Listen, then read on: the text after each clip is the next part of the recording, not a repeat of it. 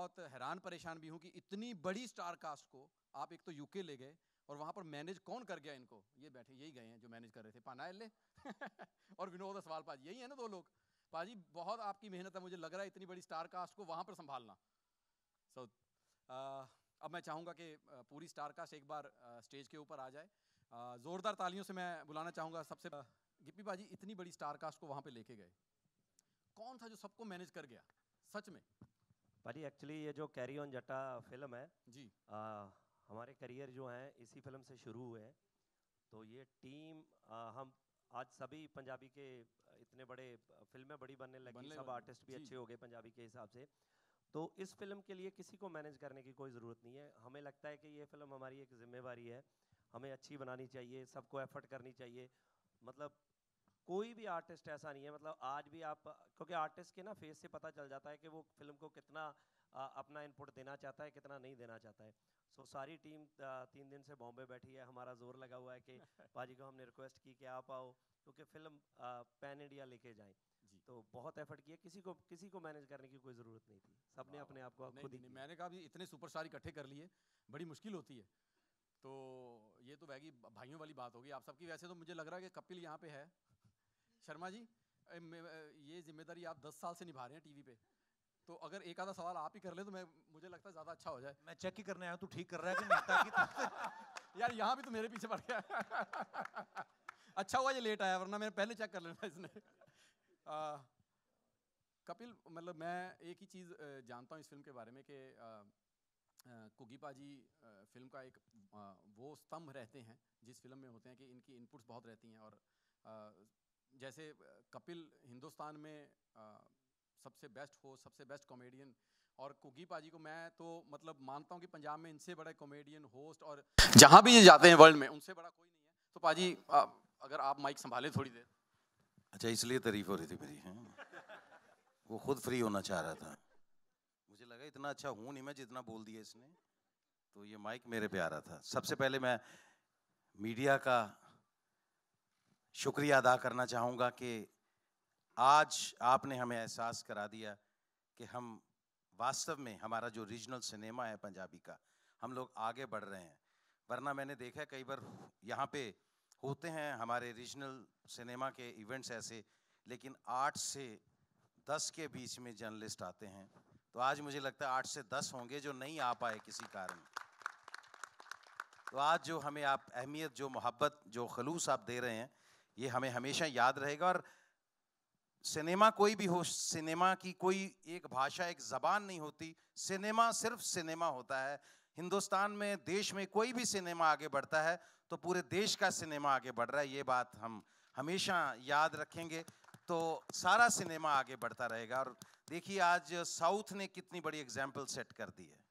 आज साउथ ने भी बहुत मार्के का काम किया है और पूरे वर्ल्ड में उन्होंने दिखा दिया है कि हम लोग हॉलीवुड से पीछे नहीं हैं। तो आज इससे पहले कि मैं अपनी स्टार कास्ट के साथ आपका तारुफ कराऊं, बाकी सबके साथ दो बातें करूं, मेरा दिल सबसे पहले ये कह रहा है कि मैं हम सब की तरफ से जितना दिल हम सब लोगों का इकट्ठा करके एक ही बनता है ना, उसकी आखिरी तय में जाके मैं आमिर खान साहब का शुक्रिया अदा करना चाहता हूं। सर आपने आके हमें आज बड़ा कर दिया।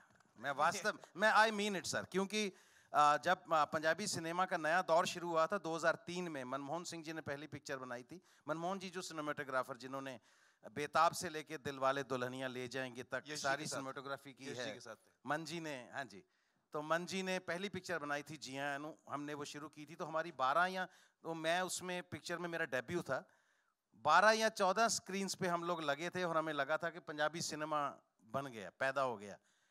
लेकिन आज मुझे लगता है कि हम 12 स्क्रीन्स के बाद मुझे लगता है हम लोग कम से कम नहीं तो आज सानी साहब करेक्ट करेंगे मुझे, हम लोग कोई 40 मुल्कों में लग रहे हैं।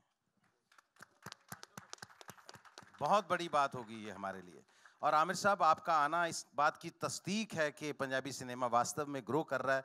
क्योंकि आपके बारे में सिर्फ यही कह सकता हूँ, ये सिर्फ एक्टर नहीं है, ये आर्टिस्ट नहीं है, ये हमारे देश की धरोहर हैं, ये हमारा एसेट हैं। हमारी कंट्री का, हमारे देश का। क्योंकि एक्टर जब तक एक्टर रहता है तब तक वो अपने परिवार के लिए सोचता है, लेकिन एक्टर जब रिस्पॉन्सिबिलिटी से काम करता है तो पूरे देश के लिए सोचता है। जो कंटेंट आपने दिया है सदियों तक आपको याद रखा जाएगा। आमिर साहब, एक्टर बन के पैसे बना लेने बहुत आसान होते हैं। आपके हिस्से में ये आया है, सिर्फ आपके हिस्से में, कि आप किसी सब्जेक्ट पे बात कर सकते हैं। हालांकि आपके बगल में वो भी खड़े हैं कपिल जी, जो किसी भी सब्जेक्ट पे बात कर सकते हैं। ये मेरा छोटा भाई, और इसने इतना हमारा मान बढ़ाया है पंजाब का। लोगों को लगता था कि ये शायद बफूनरी करने वाले लोग होते हैं, शायद ये सिर्फ आहू आहू करना आता है इनको, शायद ये लस्सी मांगते हैं, सिर्फ मक्की की रोटी सरसों के साग के साथ ये खाते हैं। लेकिन कपिल ने आके ये बताया पूरे देश को और पूरे वर्ल्ड को कि कॉमेडी की बारीकी क्या होती है, छोटी सी महीन सी बात कैसे निकलती है और कितना बड़ा इम्पैक्ट रखती है। सो कपिल, तुम्हारा भी यहाँ आना आज हमारे लिए बहुत अहोभाग्य, हमारा बहुत, हम इस चीज़ पे फख्र महसूस करते हैं कि आप हमारे स्टेट को रिप्रेजेंट करते हैं और आपने हमारी स्टेट में पूरे देश का विश्वास बढ़ाया है कि ये लोग सिंसियर होते हैं, मेहनती होते हैं और बहुत ज़्यादा टैलेंटेड होते हैं। और मुझे इस बात की भी खुशी है कि पंजाबी सिनेमा आज हम जहाँ जुहू में ट्रेलर उसका लॉन्च कर रहे हैं। अब देखिए कि पंजाब का कंट्रीब्यूशन, आप शुरू हो जाइए बलराज सानी साहब से, अमजद खान साहब की बात कर लीजिए, दिलीप साहब की बात कर लीजिए, ये पूरी कपूर फैमिली की बात कर लीजिए, धर्म जी की बात कर लीजिए, सुनील दत्त साहब की बात कर लीजिए, आप अजय देवगन साहब की फैमिली की बात कर लीजिए, पता नहीं कितने, मतलब प्राण साहब की बात कर लीजिए, ओम प्रकाश साहब की बात कर लीजिए आप, तो इतने, हाँ जी, खन्ना साहब, अक्षय भाई, वे सबका जो बैकग्राउंड है, पंजाब से लोग आते हैं, लेकिन पंजाबी सिनेमा पीछे रह रहा था हमारा। उसका एक रीज़न ये है कि पंजाबी के लोग, जो हम पंजाबी बोलने वाले हैं पंजाब के, वो हिंदी को भी उतने ही अच्छे से समझते हैं, प्यार करते हैं, कि उनको कभी लगा नहीं कि ये सिनेमा हमारा नहीं है। तो हिंदी को ही प्यार करते रहे वो, और करना भी चाहिए, बहुत अच्छा सिनेमा है हमारा। लेकिन रीजनल सिनेमा कहीं ना कहीं बैकफुट पे जा रहा था।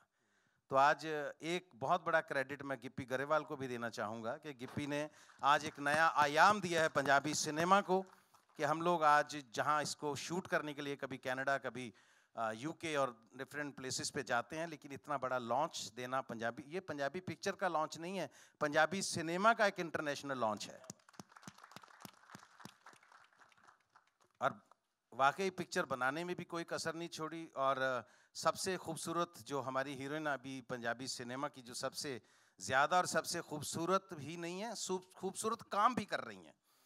तो आपको कैसे पता मैं आपकी बात ही करने वाला हूँ? नहीं, आपके मतलब अभी मैंने शुरू ही किया, तो फिर आप ही की तो बात हो सकती है ना, और किसकी हो सकती है ना। सोनम बाजवा हमारी बहुत ही बड़ी आर्टिस्ट पंजाबी की, और अब तो कविता जी ने हमारे साथ इतना काम कर लिया पंजाबी पिक्चरों में, इनके हस्बैंड आए हैं साथ में, वो बता रहे थे, कहते सारियां गालां मैनू पंजाबी च कट दी है उन्होंने, मतलब सारी गालियां पंजाबी में देती हैं अब घर में उनको। तो इन्होंने भी कमाल का काम किया है। और मैं अगर हमारे सबसे सीनियर जसविंदर भल्ला जी, तो इन पंजाबी कैसेट्स आते थे हमारे छोटे छोटे, और ये कैसेट से इनका रादर दूरदर्शन से शुरू करके इन्होंने कैसेट कल्चर से आगे फिर टीवी और उसके बाद फिल्मों में पंजाबी कॉमेडी को एक ऐसा मकाम दिया है कि हम भी इनको फॉलो करते करते यहाँ तक पहुँच गए। और अगर इधर बात करूँ, बीनू ढिल्लों साहब, ये मतलब इन बहुत बड़ी एज में पंजाबी पिक्चरों में आए, और उसके बाद ऐसे छोटे होते गए, हमें कॉम्प्लेक्स देते हैं अब ये, पर बहुत गंदी बात है सर ये। वैसे है जैसे अभी बताया राजीव ने कि ये पहले कभी हीरो की बगल में खड़े होते थे, आज ये पंजाबी कॉमेडी फिल्मों के हीरो हैं, हीरो को कई बार बोलते हैं चल बेटे बगल में हट जरा, चल। तो बीनू का भी कोई, इनकी टाइमिंग का कोई मुकाबला नहीं है। तो इधर ये सबसे शैतान आदमी है, देखने में आपको बड़ा शरीफ लगता होगा।